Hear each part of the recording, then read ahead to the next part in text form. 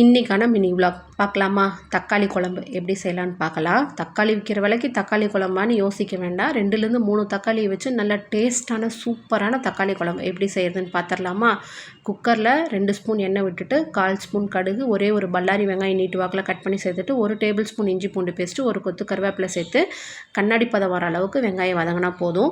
இப்போ 3 நல்ல பழுத்த தக்காளியை சின்ன சின்னதாக கட் பண்ணி வச்சுருக்கேன். அதையும் சேர்த்துட்டு 1/4 ஸ்பூன் மஞ்சள் தூள், 1/2 ஸ்பூன் மிளகாய் தூள், கரம் மசாலா, கறி மசாலா இது 2மே 1/4 ஸ்பூன் சேர்த்துக்குங்க. எதுவுமே அதிகமாக சேர்த்துட வேண்டாம். இதே அளவோட கட்டாயம் ட்ரை பண்ணுங்கள். தேவையான அளவு உப்பு போட்டுட்டு 1 டம்ளர் தண்ணி விட்டு 3லேருந்து 5 விசில் விட்டு எடுத்தோம் அப்படின்னா தக்காளி நல்லா குலைவாக வெந்திருக்கும்.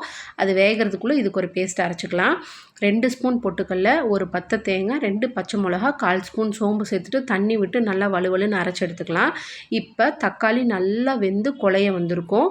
இந்த ஸ்டேஜில் அரைச்சி வச்சுருக்க விழுது சேர்த்துட்டு தாராளமாக தண்ணி விட்டுக்குங்க. ஏன்னா குழம்பு கெட்டிப்படும். பொட்டுக்கல்லை சேர்த்துருக்கனால குழம்பு நல்லா கெட்டிப்படும்.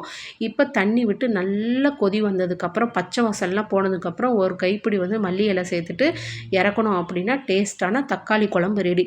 இட்லி, தோசை, பூரி, சப்பாத்தி இது எல்லாத்துக்குமே டேஸ்ட்டாக அட்டகாசமாக இருக்கும். கட்டாயம் இதே மாதிரியே செஞ்சு பார்த்துட்டு எப்படி இருந்தது அப்படின்றத என் கூட கமெண்ட்ஸில் ஷேர் பண்ணுங்கள். அடுத்த வீடியோவில் பார்க்கலாம். பாய்.